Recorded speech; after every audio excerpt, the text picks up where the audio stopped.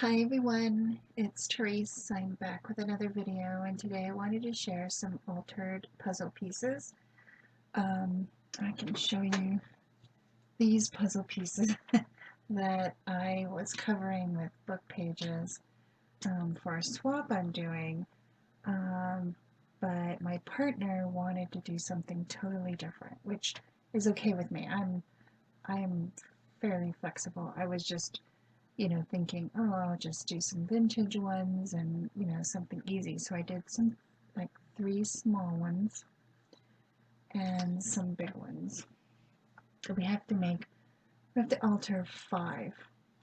Um, so she wanted to do a beach theme one. And I'm like, okay, I can do that. I mean, and, I'll, let's just exchange beach theme altered paper, not paper clips, but puzzle pieces. Now you can get puzzle pieces any size. I think, I've gotten small ones and 2-inch ones, and you could get really big ones if like for little kids. So we're going to do 5 puzzle pieces. So, like those that I just showed you, I'm doing 3 small and 2, I think it's about 2-inch um, puzzle pieces from my stash. I think I've gotten it from, just a regular puzzle, and then one from Dollar Tree. The bigger one is from Dollar Tree. So I used some paper that I had in my stash. I think I used this paper twice now. And I just, um, covered it with paper, and then I added this sticker that I popped up. Very simple. Uh, then these are just little fishies on pattern paper, and the fishies are not quite dry yet, but it has this um, dimensional magic from Mod Podge, and I don't even know if they still sell these in Michael's, but that's where I bought this. It's similar to Glossy Accents or Triple Thick, I guess.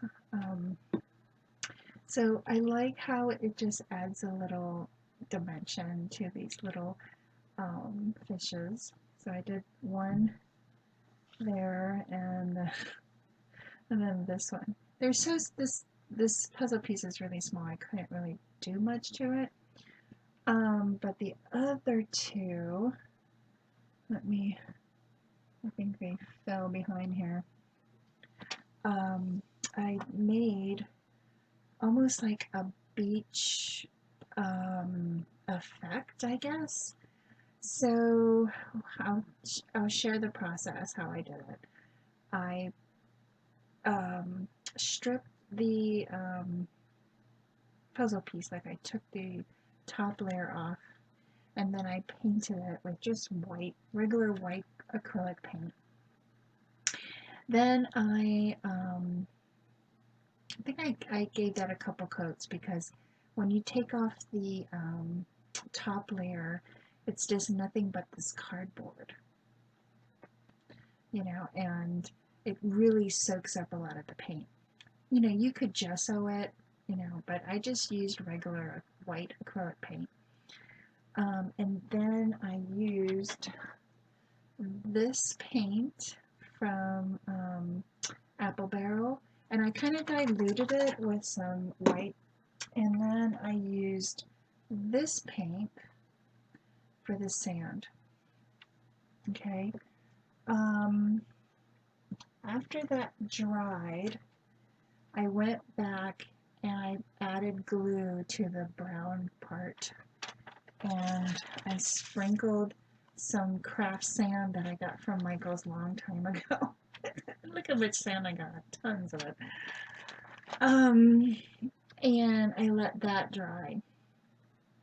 And I thought to myself, I'm like, well, what can I use for the foam that when the waves crash, against the sand, you know, when the tide comes in and out. You wouldn't believe what I used. This white stuff is actually snow tax.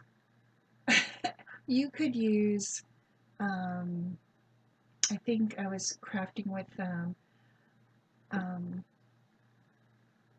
with a crafter, and they suggested modeling paste. I mean, you could use modeling paste, but this has like a sandy texture to it that I really like.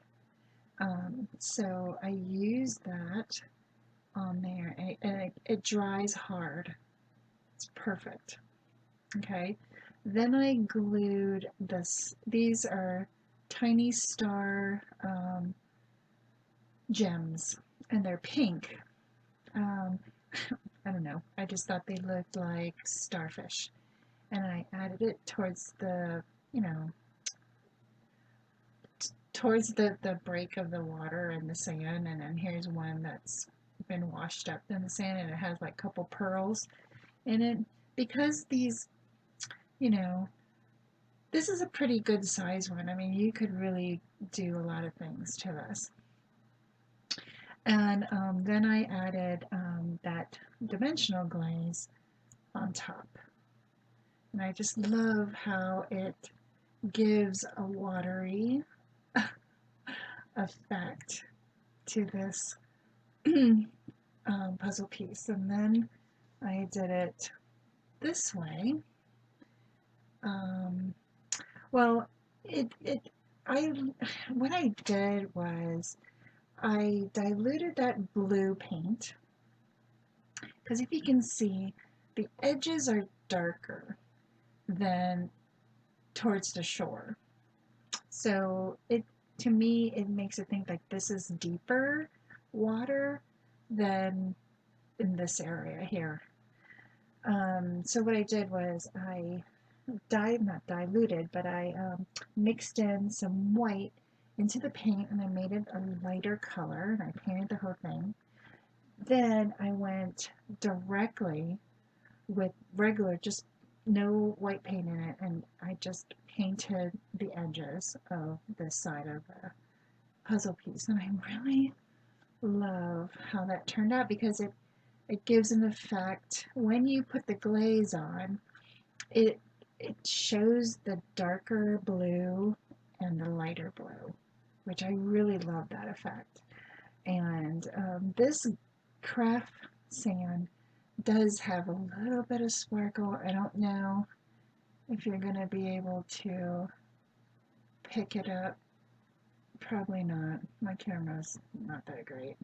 Oh, I think, there we go. There's a little sparkle right there. Little sparkle. So I really love how these turned out for my swap partner. I want to make more of these because these were loads of fun. So I want to thank everybody for stopping by and watching my videos. Oh my gosh, thank you for commenting, and thank you for watching. So thanks everyone, and I'll see you in my next video. Bye for now.